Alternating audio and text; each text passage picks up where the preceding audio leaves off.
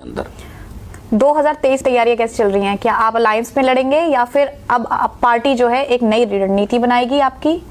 राजस्थान के अंदर, बिल्कुल राजस्थान के अंदर, देश के अंदर जिस तरीके से लोग आपको पसंद कर रहे हैं, आप जिस तरीके से एक पॉपुलर नेता के तौर पर आ रहे हैं, पूरा देश आपको एक लीडर की तरह से, एक हीरो की तरह से देख रहा है, उसके बारे में आप बताइए। फैन फॉलोइंग तो आपकी जबरदस्त है, ये हम सब लोग जानते हैं और इस पे कोई सवाल नहीं है। 2023 में निश्चित रूप से देश के करीब 22 से 25 राज्यों के अंदर क्षेत्रीय पार्टियां सत्ता के अंदर आ भी चुकी है, संघर्ष कर रही है। जगह जगह आप देख रहे हो, बड़े बड़े प्रदेश जो देश की सत्ता उत्तर प्रदेश और बिहार से बनती थी, महाराष्ट्र से बनती थी, यहाँ क्षेत्रीय पार्टियों का राज रहा। बिहार और यूपी के अंदर तो कांग्रेस पार्टी बहुत पिछड़ गई, जहाँ नजदीक आने का भी नहीं लग रहा, चौथे नंबर पे, तीसरे नंबर पे हमारे रही। तो निश्चित रूप से राजस्थान की जनता भी एक बार क्षेत्रीय पार्टी को सत्ता देना चाहती है, ये तो तय है। और आरएलपी को अपना पसंदीदा विकल्प इसलिए मान रही है कि पहला क्षेत्रीय दल आरएलपी है जो राजस्थान में मतलब 52 से लेकर आज तक कोई क्षेत्रीय पार्टी राजस्थान की बनी, और उससे इतना जल्दी लोगों ने आरएलपी को एक्सेप्ट भी किया। हमें समय नहीं मिला था पिछली बार, हम संघर्ष कर रहे थे एक आंदोलन के माध्यम से, संपूर्ण कर्ज माफी, मुफ्त बिजली, टोल मुक्त राजस्थान और बेरोजगारी की उनको बेरोजगारी की समस्या के समाधान के लिए, और इसको विकसित राजस्थान बने, विशेष राज्य, इन मुद्दों को लेकर हमने पांच बड़ी हुंकार रैलियां हमने करी राजस्थान के अंदर। और हमारा मकसद था कि जन आंदोलन के माध्यम से लोगों को न्याय दिलाना, और हमारी उन रैलियों का ही परिणाम था कि मध्य प्रदेश, महाराष्ट्र में बड़े आंदोलन हुए। ये धन्यवाद देना चाहता हूँ सोशल मीडिया के मेरे भाइयों का भी, बहुत बड़ी भूमिका उस समय सब लोगों की थी। और उसके बाद राजस्थान की सरकार झुकी थी, 50,000 का कर्जा माफ हुआ, स्टेट हाईवे टोल मुक्त हुए और मुफ्त बिजली की घोषणा भी करी। लेकिन फिर बाद में हमारे सामने विकल्प था कि नई पार्टी बना के लड़ो, तो हमने पार्टी भी बनाई, और पार्टी बनाने के 19 दिन के अंदर 57 उम्मीदवार लड़ाए, 3 जगह जीते और 23-24 जगह अच्छे वोट लिए, 25,000 से लेकर 55,000 तक वोट लिए। हमारे पास कोई फाइनेंशियल व्यवस्था नहीं थी, कुछ भी नहीं था, बच्चे खुद के जेब से ही खर्चा कर रहे थे, खुद ही भाग रहे थे, दौड़ रहे थे। और 3 एमएलए जो जीते उनमें 2 शेड्यूल कास्ट के एमएलए जीत गए मेरे उससे। तो आने वाला जो 23 का समय, फिर जब दिल्ली के चुनाव हुए तो हमने प्रधानमंत्री जी को मदद करी कि भाई हमें राष्ट्र हित के अंदर करना, स्टेट में हमारा झगड़ा अलग है और दिल्ली में हमें अभी देश के हालात के हिसाब से चलना है। तो प्रधानमंत्री को समर्थन किया। कोई सोच भी नहीं सकता था कि राष्ट्रीय लोकतांत्रिक पार्टी बीजेपी से गठजोड़ के बाद 25 सीट बीजेपी ले लेगी। बीजेपी के नेता खुद कहते थे कि 15-16 सीट हमारी आ जाएगी गठबंधन के बाद भी। और मैंने प्रधानमंत्री जी को पहली जो एनडीए की मीटिंग दी जिसमें रिजल्ट नहीं आए, मैंने उनको भरोसा दिलाया कि 25 सीट आएगी। तो हंसने लग गए कि 25 आ जाएगी। मैंने कहा पूरी 25 आएगी साहब। मैंने कहा सीएम का बेटा भी आ रहेगा, सब कुछ होगा, हम सब जीतेंगे। और आपका बहुत ही अच्छा मैसेज है। आरएलपी का जवान इसमें लग गया, बहुत बड़ी संख्या आरएलपी के नौजवानों की, और 25 सीट राजस्थान के अंदर जीती। लेकिन अब जो राजस्थान में हालात बन रहे हैं, कांग्रेस जिस तरह दलितों का उत्पीड़न कर रही है, आप देख रहे हो 3-4 एक वीडियो वायरल हुआ था नागौर का, जिसमें किस तरह पेट्रोल दलितों वाला, फिर बाड़मेर के अंदर अभी पुलिस पिटाई से दलित की मौत, जैसलमेर के अंदर रोज बलात्कार, दलितों पर अत्याचार, अपराध, और गुटों में बटी कांग्रेस राजस्थान के अंदर। कांग्रेस को कोई पसंद नहीं करा राजस्थान, कांग्रेस पर पैसा भी नहीं। जो जिन मुद्दों पर कांग्रेस आई, बिजली की दरें बढ़ा दी, टोल वापिस शुरू कर दिया, मैं उसी पे टोल शुरू कर दिया, और परिवहन मंत्री पे भ्रष्टाचार के आरोप लगे, बीजेपी पार्टी नहीं लगाए, आरएलपी ने मामला उठाया कि टोल परिवहन मंत्री भ्रष्टाचारी है, इसकी सीबीआई जांच दो। बीजेपी बैकफुट पे आ गई। तो मिलाजुली का खेल नजर आया राजस्थान के अंदर। इस मिलाजुली के 20 साल के खेल को राजस्थान का नौजवान खत्म करना चाहता है, गहलोत वसुंधरा के गठजोड़ को राजस्थान में।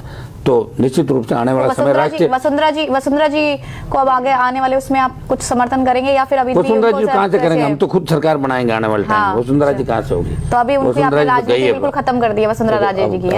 हमने तो क्या कर दी, जनता करेगी खत्म। लेकिन राजस्थान का जवान ये चाहता है कि कोई किसान का बेटा सीएम बने जो किसानों के लिए कुछ राजस्थान में करे। यूपी, बिहार, हरियाणा में हो सकता है तो राजस्थान में क्यों नहीं हो सकता? राजस्थान में होड़ मची इस बात की। और बीजेपी को भी देखो, राजस्थान के अंदर सत्ता सौंप के देख ली, लेकिन अब बीजेपी विपक्ष में 70-72 सीट लेके वहां बैठी है। लेकिन जिस तरह विपक्षी भूमिका भारतीय जनता पार्टी को निभानी चाहिए उसमें नहीं कर पा रही है। सारे आंदोलन आरएलपी पार्टी कर रही है पिछले 1 साल के अंदर 6 महीने में सही सड़कों पे इसका मतलब हनुमान बेनीवाल जी ने सबको फेल कर दिया, बीजेपी को बैकफुट पे ले आए हैं। मैं ये नहीं कह रहा हूँ, मैं ये कह रहा हूँ हम अपना धर्म निभा रहे हैं जी। दिल्ली में प्रधानमंत्री जी के साथ अडिग हैं, खड़े हैं, कोई गोली भी लगी तो आगे खाने को तैयार है, लेकिन स्टेट के अंदर उन लोगों को धोखा नहीं दे सकते जिनकी वजह से ये मंजिल हमें मिली। यहाँ भी पुरजोर तरीके से जवान किसानों की पैरवी लोकसभा के अंदर कर रहे हैं, हर वो मामला उठा रहे हैं। चाहे बीजेपी की घोषणा पत्र में कर्ज माफी नहीं है, लेकिन मैं उठाता हूँ कि कर्जा माफ होना चाहिए, टोल फ्री देश होना चाहिए, तो जबकि टोल फ्री उसमें नहीं बीजेपी घोषणा पत्र में। लेकिन हनुमान बेनीवाल का इश्यू है कि टोल फ्री होने, जब रोड टैक्स लेते हो, पेट्रोल डीजल का सेस लेते हो, तो फिर काई का टोल ले रहे हो। ये मेरे इश्यू हैं कि ये सारी चीजें सरकार को मुफ्त लोगों को देनी चाहिए। नागौर के लोग आपसे बहुत खुश हैं, ऐसा क्या जादू करा आपने उनके ऊपर? आप तो राजस्थान के लोग खुश हैं हमसे, सारे देश में भी हर आदमी का कहीं का भी इश्यू। हरियाणा में जाट आरक्षण आंदोलन चला, तब मैंने राजस्थान में जब उन पे जिस तरह गोलियां चली, गुजरों का आरक्षण आंदोलन था, बीजेपी के अंदर था, जब 72 गुजर मारे गए तो गुजर समाज के मैं साथ आया।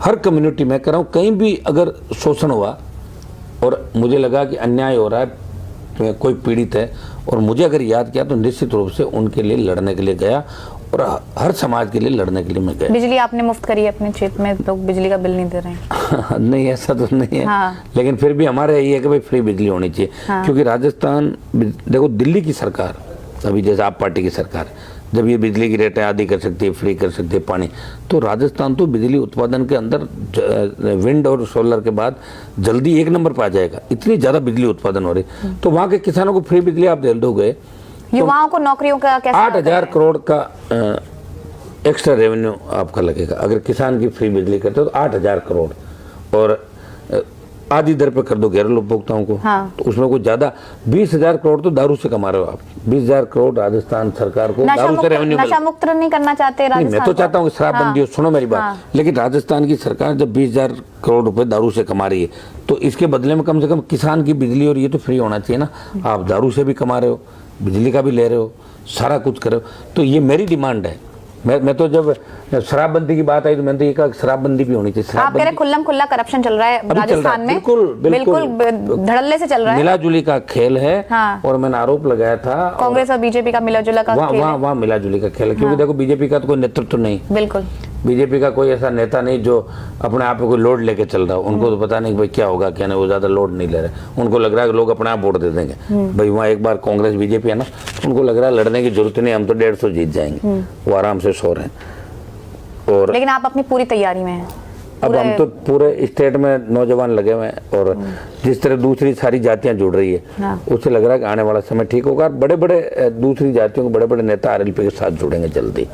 लोगों को भी लगता है ना आज कि भाई कौन मजबूती के साथ खड़ा है, मैदान छोड़ के नहीं भाग रहा है, अकेला व्यक्ति लड़ रहा है।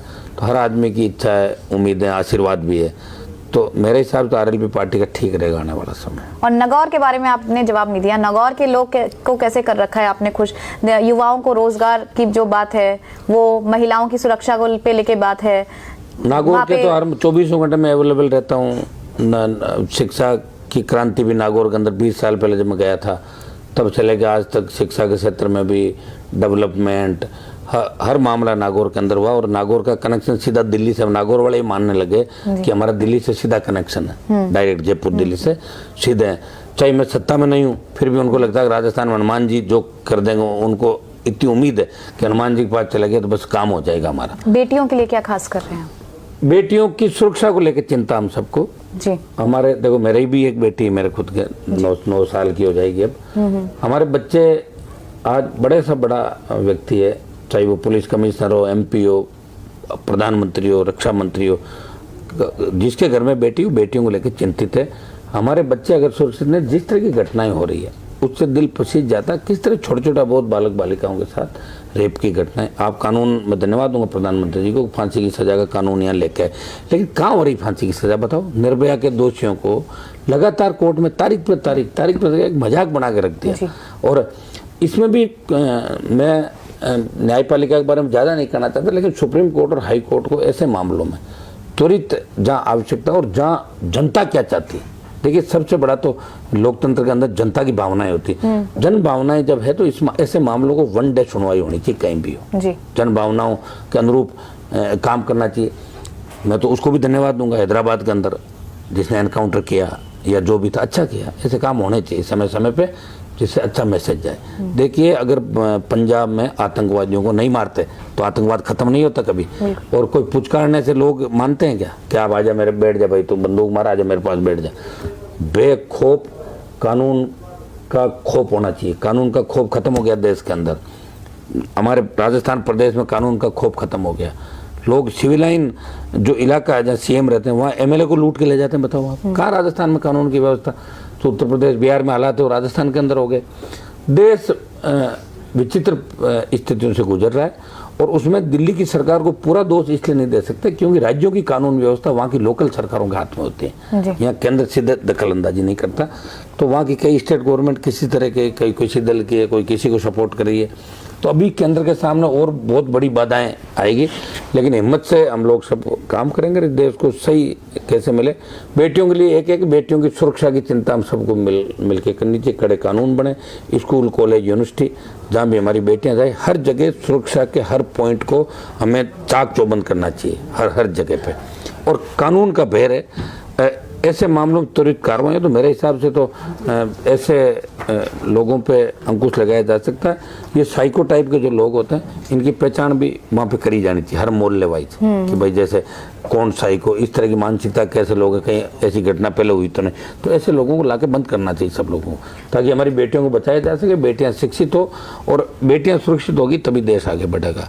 हम इतना ही कह सकता हूँ कि हम बेटियों को बचाने के लिए और महिलाओं के आत्मसम्मान रक्षा के लिए हम तैयार खड़े और हमेशा तैयार रहेंगे सब। तो कोरोना वायरस को लेके कोई आप कोई ऐसा कोई पॉलिसी या ध्यान रख रहे हैं या मेडिकल सुविधाएं आपके राजस्थान में है? पीछे भी आपको पता होगा वो बच्चों के साथ कितने केसेस हुए थे, तो कि आप इतना एग्रेसिवली काम कर रहे हैं। देखिए कोटा के अंदर जो हुआ था, इसमें इससे बड़ी घटना क्या हो सकती? कोटा में इतने बच्चे चले गए सिर्फ ठंड की वजह से, और वहाँ मंत्री जा रहे हैं, कारपेट बिछ रहा मंत्री। फिर मंत्री ने क्या किया, देखो मंत्री जी कितने कलाकार हैं, चिकित्सा मंत्री, वो बोले कि मौतें ऐसे तो बंद होगी नहीं, एडमिट करना ही बंद कर दो।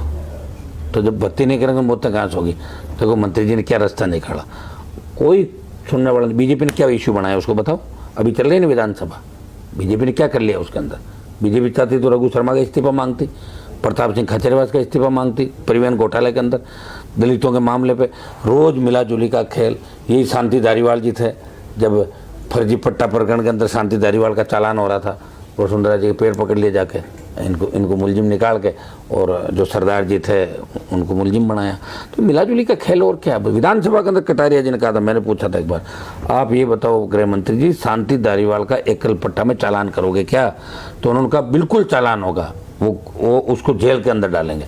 और वही धारीवाल आज घूम रहा है सामने, छाती ठोक रहे हैं। तो इससे मैसेज जाता है कि कहीं न कहीं मिला जुली का निश्चित रूप से। अब सुप्रीम कोर्ट कह रहा है कि वसुंधरा का बंगला खाली करो, और अशोक गहलोत कह रहा है बंगला खाली नहीं कराऊंगा। तो इससे साफ संदेश है हम मिले हुए हैं, आप जो करना कर लो हमारा। तो राजस्थान की जनता ये करेगी, अगली बार इनको घर बिठाएगी दोनों को, और तीसरा विकल्प चुनेगी राजस्थान। तीसरा विकल्प आप मतलब हनुमान बेनीवाल जी को जो भी होगा, आरएलपी पार्टी मजबूती से राजस्थान में आगे बढ़ेगी, और आरएलपी अन्य सब दलों को साथ लेके सबके लिए लड़ेगी और संघर्ष करेंगे। और आने वाले समय में चुप नहीं बैठेंगे, लड़ेंगे राजस्थान के अंदर, प्रत्येक कोने के अंदर जाके राजस्थान का विकास भी कैसे हो। एनडीए घटक दल के रूप में हम यहाँ बैठे, तो हम ये चाहेंगे कि दिल्ली से आर्थिक पैकेज राजस्थान को मिले, विशेष राज्य का दर्जा मिले। रोज मैं मांग उठाता हूँ कि राजस्थान को विशेष राज्य का दर्जा मिले। तो यहाँ तो हम विकास राजस्थान में लेके जाएंगे और वहाँ राजस्थान की सरकार को घेरेंगे। धन्यवाद बेनीवाल जी आपका कीमती समय देने के लिए।